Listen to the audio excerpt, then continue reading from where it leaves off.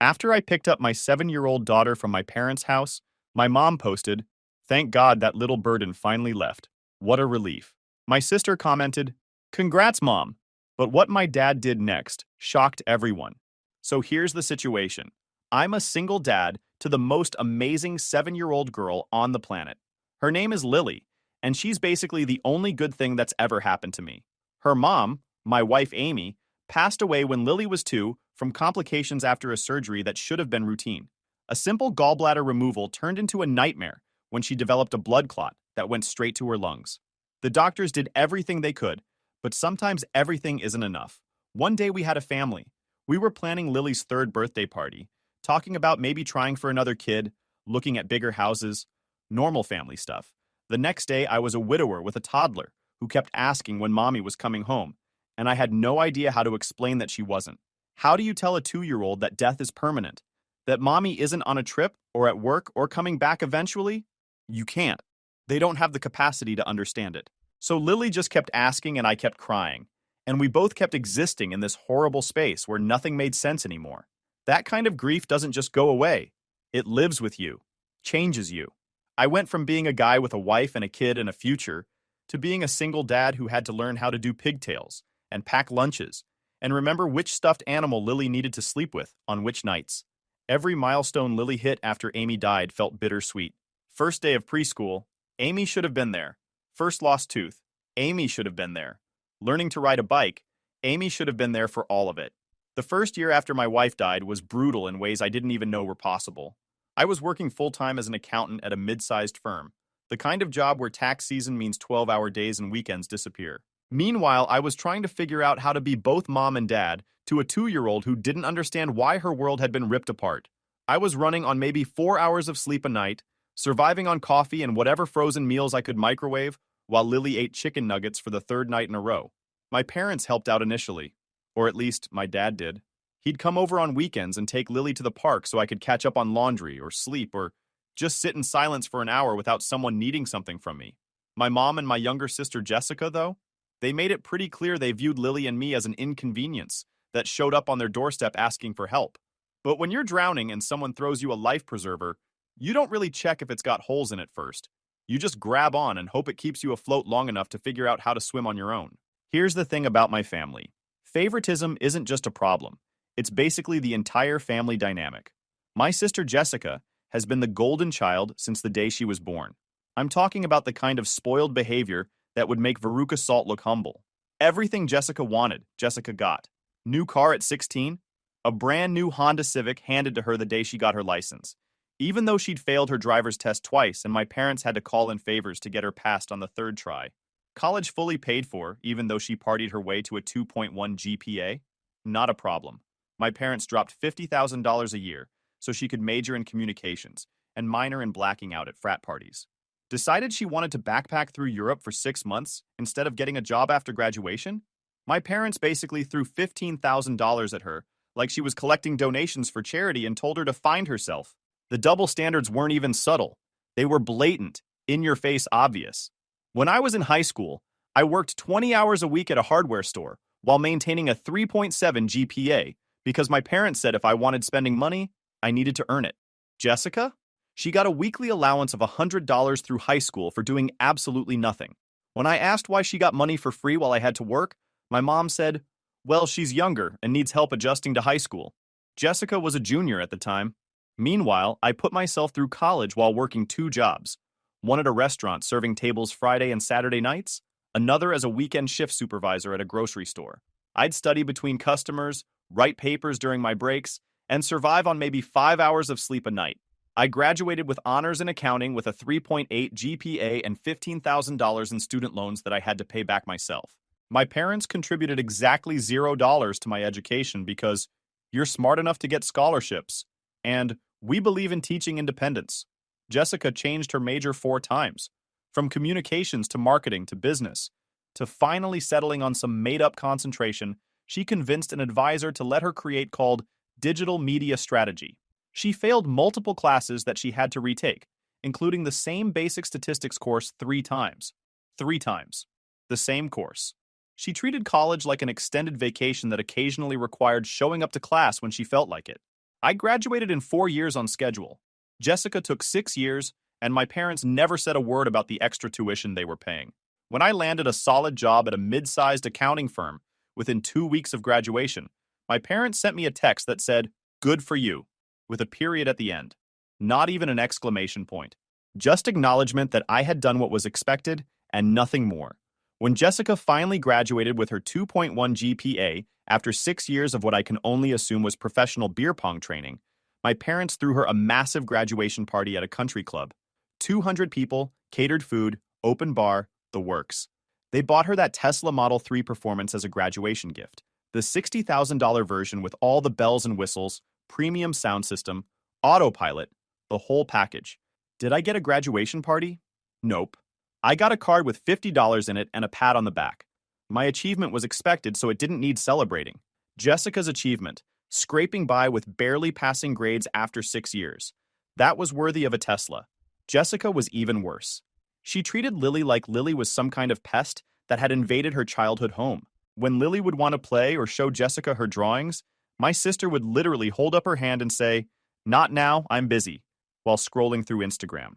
A 6-year-old kid trying to connect with her aunt, and Jessica couldn't be bothered to look up from her phone for 30 seconds. But I needed help. Daycare costs were insane. My job required me to work long hours during tax season, and I was barely keeping my head above water financially and emotionally. So I swallowed my pride and asked my parents if they could watch Lily a few days a week after school until I could pick her up around 6. My dad immediately said yes. My mom sighed like I'd asked her to donate a kidney and said, "I suppose we can make it work." That arrangement lasted about 8 months, and during those 8 months, I started noticing things. Lily would come home quieter than usual.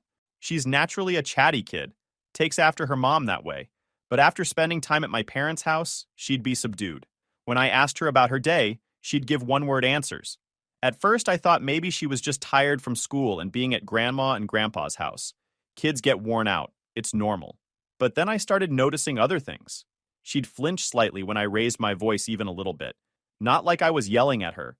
Just normal parenting stuff like, "Lily, time to brush your teeth." She'd react like I'd screamed. That wasn't normal for her. She'd also started saying things like, "I'm sorry," constantly. Sorry for asking for a snack. Sorry for wanting to watch a cartoon. Sorry for existing, basically. I asked her directly if something was wrong at Grandma and Grandpa's house. She'd shake her head and say everything was fine, but her eyes told a different story. Kids are terrible liars, and Lily was no exception. But she was also 6 years old and didn't have the emotional vocabulary to explain what was bothering her. I started picking her up earlier when I could. I'd rearrange meetings, leave work at 5 instead of 6, do whatever I could to minimize her time there. My mom made passive-aggressive comments about how it must be nice to have such a flexible schedule, even though she knew I was sacrificing career advancement to be there for my daughter. Things came to a head on a Tuesday in October. I was supposed to pick Lily up at 6 as usual. I'd had a particularly good day at work and managed to wrap everything up by 4:30, so I figured I'd surprise her and pick her up early. Maybe we'd stop for ice cream, make it a special daddy-daughter afternoon. I pulled up to my parents' house around 5. I have a key, so I let myself in through the front door, calling out that I was there to get Lily. No response. I walked through the house toward the kitchen and heard voices coming from the family room. The door was partially closed, but I could hear my mom, Jessica, and Lily. What I heard made my blood run cold. Jessica was saying something like, "Ugh, how much longer do we have to deal with her? She's always here." My mom responded, and I'll never forget this as long as I live. I know, sweetie. She's such a burden. I raised my kids. I shouldn't have to raise someone else's." Then I heard Lily's small voice ask, "Am I a burden, Grandma?" And my mom, instead of reassuring the 6-year-old child that, "No, of course not," said, "Well, honey, you do take up a lot of our time." I stood there frozen in the hallway, trying to process what I was hearing. These were the people who were supposed to love and protect my daughter. These were the people I'd trusted with the most important person in my world. And they were treating her like an inconvenience they couldn't wait to get rid of.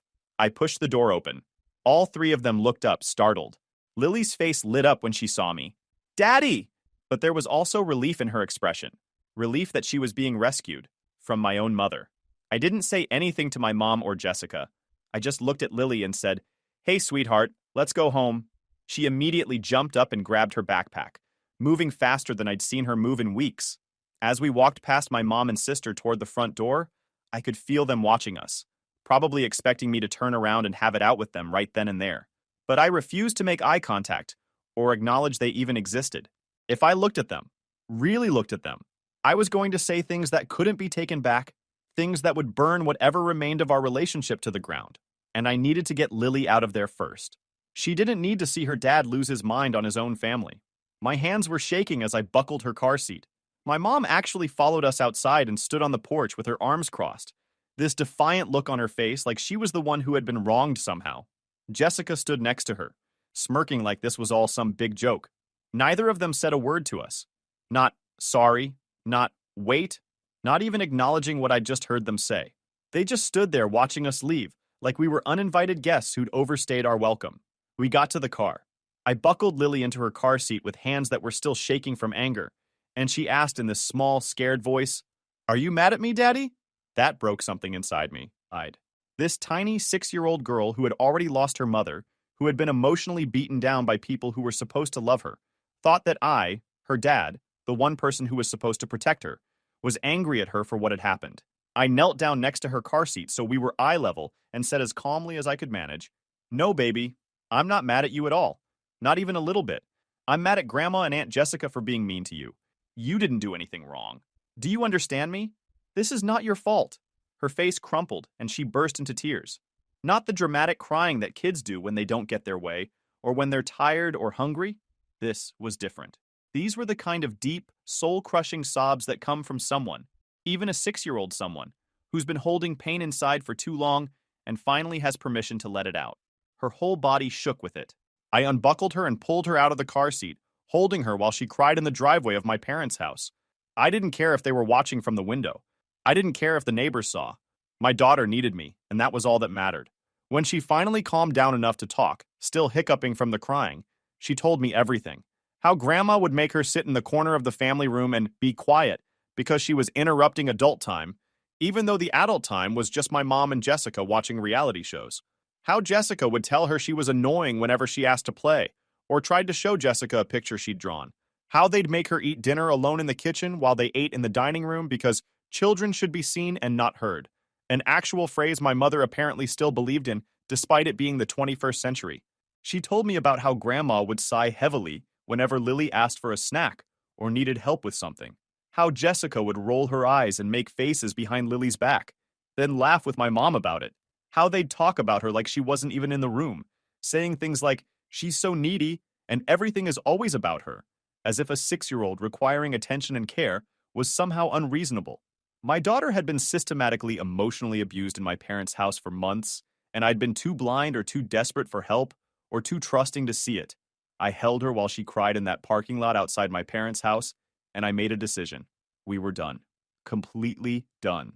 I didn't care if I had to hire a full-time nanny, quit my job, or move across the country. My daughter would never spend another minute with those people. We drove home in silence except for Lily's occasional sniffles from the back seat. When we got to our apartment, I made her favorite dinner, mac and cheese with the dinosaur-shaped chicken nuggets, and we watched Frozen for probably the 100th time. She fell asleep on the couch halfway through, and I carried her to bed. Then I sat in my living room and tried to figure out what the hell I was going to do about childcare. The answer came from an unexpected source. My dad. He showed up at my apartment the next evening around 7. I was surprised to see him. He'd never come over without my mom before. He looked tired, older somehow than he had the day before. "Can I come in?" he asked. I stepped aside and let him in. We sat at my kitchen table and he said, "Your mother told me what happened yesterday." I waited, expecting him to make excuses for her. Instead, he said, "I'm sorry. I had no idea they were treating Lily like that." I believed him. My dad worked long hours as an engineer and wasn't home most afternoons when Lily was there. He probably thought my mom and Jessica were actually taking care of her properly. "I talked to your mother about it," he continued. "We had a long conversation about how she and Jessica have been treating Lily. I told her it was unacceptable and that she needed to apologize to both of you." "And?" I asked, already knowing the answer. "She said she didn't do anything wrong. Said she was just being honest about the situation being difficult." He shook his head. "She doesn't see the problem." We sat in silence for a minute. Then he said, "I can watch Lily after school. I'm going to start working from home 2 days a week, and the other days I'll come home early. She can stay with me until you pick her up." I was touched by the offer, but also skeptical. What about Mom? Your mother and I are going to be having some serious conversations about priorities and family, he said carefully. But in the meantime, Lily can stay with me in my office. I'll set up a desk for her where she can do homework or color while I work. On days when I'm not home, I'll pick her up from school and take her to the library or the park until you're off work. It wasn't a perfect solution, but it was something. And it was coming from someone who actually gave a damn about my daughter's well-being. So I agreed. The new arrangement started the following Monday. Lily loved it. My dad would pick her up from school, they'd go to the library where she'd read, or he'd help her with homework, and then they'd come back to his house where she'd play in his office while he finished his workday. He bought her a little desk and chair, stocked up on coloring books and puzzles, and generally treated her like she was a blessing instead of a burden. My mom, according to my dad, was not thrilled with this arrangement. She felt like he was undermining her authority and enabling my disrespect. She demanded that I apologize for overreacting and bring Lily back over so they could all spend time together like a normal family. I ignored her messages, all of them.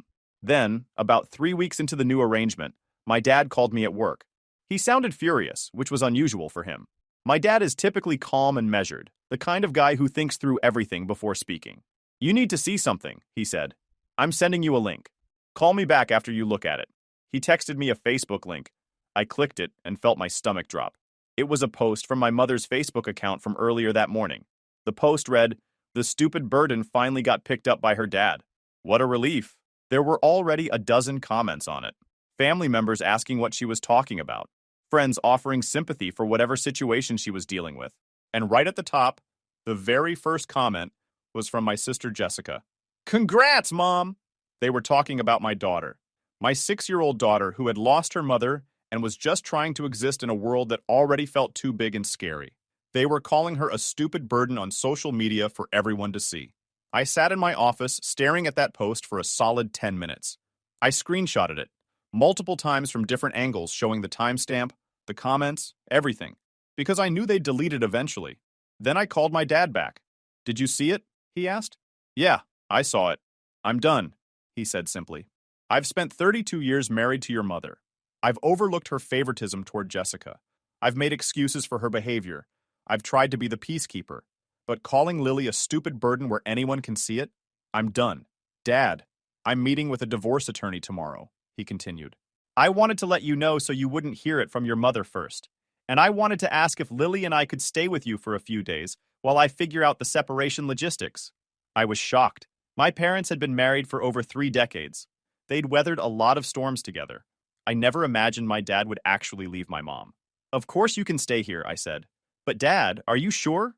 This is a big decision." "I'm sure," he said, and he sounded more certain than I'd heard him sound about anything in years. A person who would publicly call a 6-year-old child a stupid burden isn't someone I want to spend the rest of my life with. That evening, my dad showed up with 2 suitcases and a determined expression. Lily was thrilled to have Grandpa staying with us.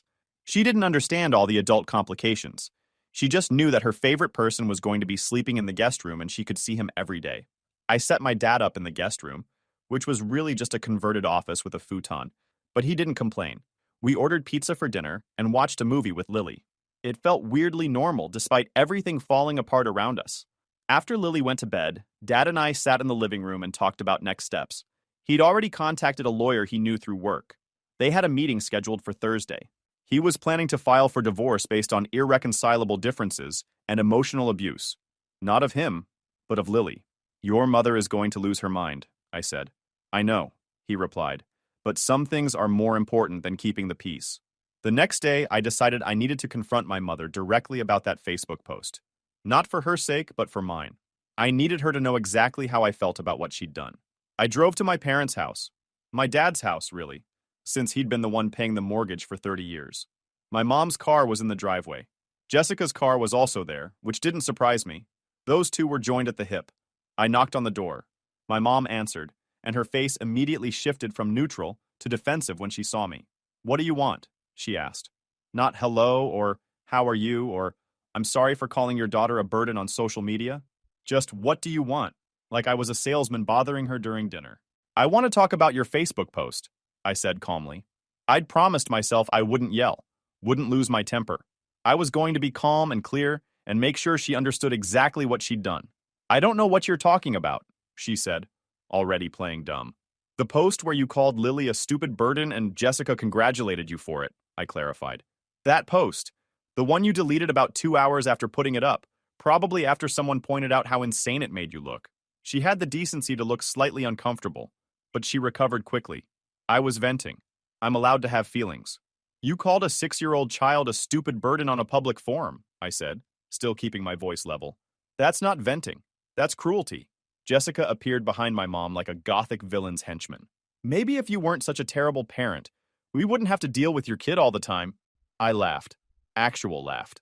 Because the absurdity of Jessica, who had never worked a real job, never paid her own bills, never taken responsibility for anything in her entire spoiled life, calling me a terrible parent was too much.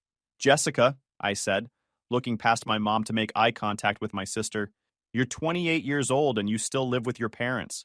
You've never held a job for more than 6 months. You've contributed nothing to society except Instagram posts and entitlement.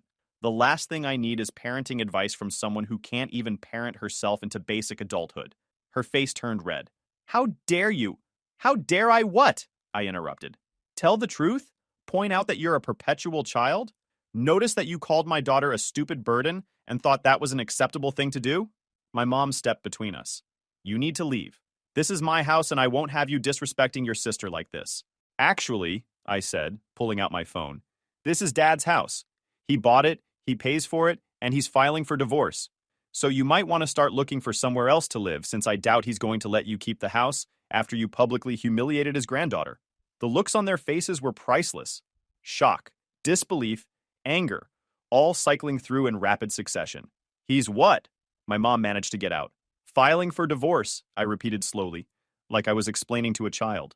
Turns out calling his granddaughter a stupid burden was the last straw. Who knew that treating a 6-year-old like garbage might have consequences? Jessica found her voice. This is all because of you and your kid.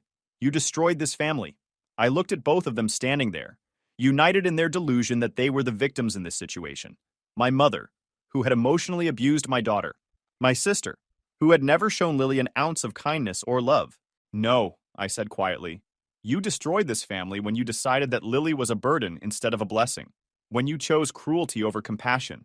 When you picked favoritism over fairness. I just finally opened my eyes and saw you for who you really are. I turned to leave, then stopped and looked back. By the way, Mom, you're not my mother anymore. Mothers love their grandchildren. Mothers protect them. You're just a person I happen to share DNA with. And Jessica, I looked at my sister. Call Lily a stupid burden one more time. I dare you, because I promise you won't like what happens next. Neither of them said anything. Maybe they saw the anger in my eyes and realized I wasn't messing around anymore. Maybe they were just too shocked to respond. Either way, I walked out of that house knowing it was the last time I'd ever step foot in it. The drive home was quiet. I felt emotionally drained, but also lighter somehow. Like I'd been carrying around this weight of obligation to people who didn't deserve my loyalty, and I'd finally set it down.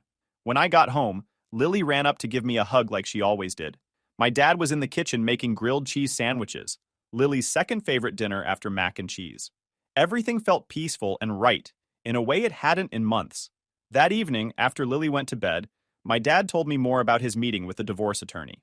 The lawyer had advised him that given the Facebook post and the documented emotional abuse of Lily, my mom wasn't going to have much leverage in the divorce. Dad was planning to offer her a fair settlement. Half the liquid assets, but he'd keep the house since he'd paid for it. If she fought him on it, he'd bring up the Facebook post and her treatment of Lily in court. Do you think she'll fight? I asked. Probably, he said. Your mother doesn't like losing, and she definitely doesn't like being held accountable for her actions. He was right. About a week later, my mom and Jessica showed up at my apartment. It was 7 p.m. on a Tuesday. I opened the door and there they stood. My mom looking worn down and tired, Jessica behind her looking sullen. We want to come in and apologize to Lily, my mom said. Her voice was different, softer, almost pleading. For a second, I almost believed she meant it. Almost thought that maybe she'd done some soul searching and realized how badly she'd messed up. Then my dad appeared next to me. He looked at my mom with cold, hard eyes and said loud enough for both of them to hear, "Send them away. The divorce papers were just served. That's why they're here." And just like that, I understood. The lawyer had served my mom with divorce papers that afternoon. She'd probably spent the last few hours calculating how much money she stood to lose in the divorce. She realized that my dad was serious, that he wasn't going to back down, and that her comfortable lifestyle was about to disappear. So she came here to apologize. Not because she meant it, not because she was actually sorry for what she'd done to Lily, but because she thought if she could get my dad to see her being remorseful, he might reconsider the divorce. Once again, Lily was just a means to an end for her, a pawn in her game to avoid consequences. I looked at my mom and said clearly and firmly, "Get out of here and don't ever come back." My mom didn't give up that easily. She tried to step past me, looking at my dad with tears in her eyes. Probably the first real tears she'd cried this whole time, but they were for herself, not for the pain she'd caused. "Please," she said to him, "we can work this out. We've been married for 32 years. That has to mean something." My dad's expression didn't change. "You're right, it meant something. Past tense. I gave you a chance that day when I heard what you and Jessica were saying to Lily. All you had to do was admit you were wrong and genuinely apologize. But instead, you doubled down. You posted that garbage on Facebook. You called my granddaughter a stupid burden for the world to see." He paused, then continued. "I spent 3 decades making excuses for your behavior, telling myself that you'd change, that you'd grow as a person, that eventually you'd see Jessica wasn't the only child that mattered. I was wrong. You're never going to change. And I'm done waiting for it to happen." My mom opened her mouth to argue, but my dad held up his hand. "The divorce is happening. You can make it easy and take the settlement my lawyer offered, or you can fight it and we'll air all of this in court, including the Facebook post, the emotional abuse, all of it. Your choice." Jessica finally spoke up. "This is ridiculous. You're going to throw away your marriage over a Facebook post?" "No," my dad said, looking at her. "I'm ending my marriage because my wife publicly called my 6-year-old granddaughter a stupid burden and showed zero remorse for it. There's a difference." I took out my phone and pulled up the emergency number for the non-emergency police line. My mom and Jessica saw what I was doing. "Really?" Jessica said. "You're going to call the police on your own family?" "You're not my family anymore," I said simply. "Family doesn't treat each other like this. Now leave before I make that call and have you removed for trespassing." They looked at each other, some kind of silent communication passing between them. Then my mom turned on her heel and walked away, Jessica following close behind. Their steps were quick, none of the confidence they'd had when they first showed up. I stood at the door and watched them get in Jessica's car and drive away. As their taillights disappeared down the street, I felt my dad's hand on my shoulder. "You did good," he said quietly. That was 2 years ago. My dad and mom officially got divorced after a 6-month legal battle. My mom tried to fight for more money, tried to claim that my dad was abandoning her after decades of marriage, tried every manipulation tactic in the book. But the evidence was clear. The Facebook post, statements from me about the emotional abuse, even testimony from some of my dad's coworkers who had seen how stressed he'd become dealing with my mom's behavior. In the end, my dad kept the house and gave my mom half of their liquid savings, about $200,000. It was more than fair considering what she'd done, but my dad wanted the divorce finalized and was willing to pay for his freedom. The biggest surprise came a few weeks after the divorce was finalized. My dad sat me down and told me he'd set up a college fund for Lily. When I asked how much, he said, "Almost $500,000. I actually thought I'd heard him wrong. "500,000? He nodded. "I sold the house and some investments. After the divorce settlement, I had about $700,000 left. I kept $200,000 for myself, more than enough for my retirement, and put the rest away for Lily's education." I tried to object.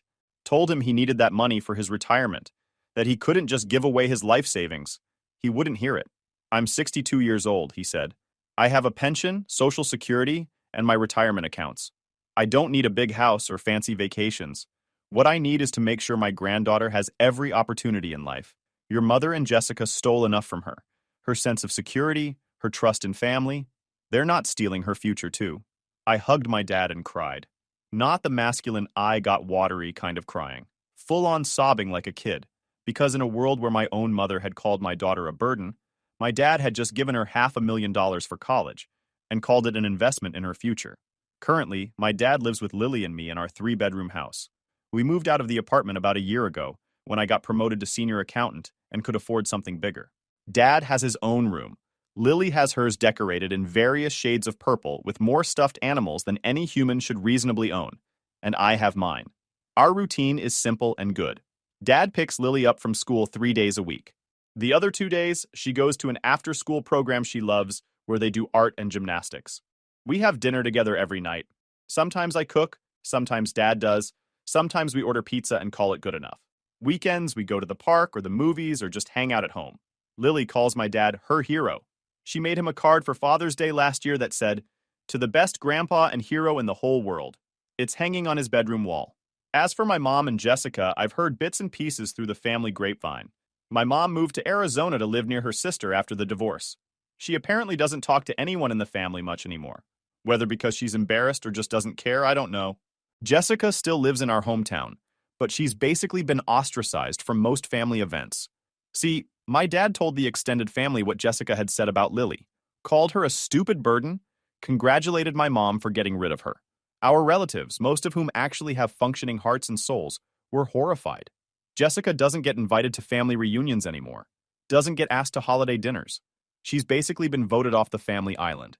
And unlike her usual pattern of behavior, she can't blame anyone but herself. I heard through a cousin that Jessica tried to apologize to some family members, claiming she didn't mean it and was just joking around. But the screenshots of that Facebook post don't lie. The comments she made in person don't disappear just because she regrets them now. Actions have consequences, and Jessica is finally learning that lesson at 29 years old. I'm doing well too. The promotion came with a significant raise. I'm actually dating someone, a kindergarten teacher who Lily absolutely adores. But every now and then, I get messages from relatives on my mom's side of the family. They're my mom's siblings and their kids, mostly. They send me long texts about how I destroyed the family and that I overreacted to the situation. They say things like, "It was just a Facebook post, and you ruined your parents' marriage over words." Just a Facebook post. As if calling a 6-year-old a stupid burden publicly was equivalent to sharing a recipe or complaining about traffic. I usually don't respond to these messages, but sometimes when I'm feeling particularly honest, I'll reply with something like, "My daughter lost her mother when she was 2 years old. She needed love and support and family. Instead, she got called a stupid burden by her grandmother and mocked by her aunt. I didn't destroy anything. I protected my daughter from people who were hurting her. If you can't understand that, then I don't need you in my life either." That usually shuts them up for a while. Guys, we are so close to hit 100,000 subscribers on this channel. If you are not subscribed to the channel, please consider subscribing. It really helps hit that 100,000 mark. Thanks for making this dream come true.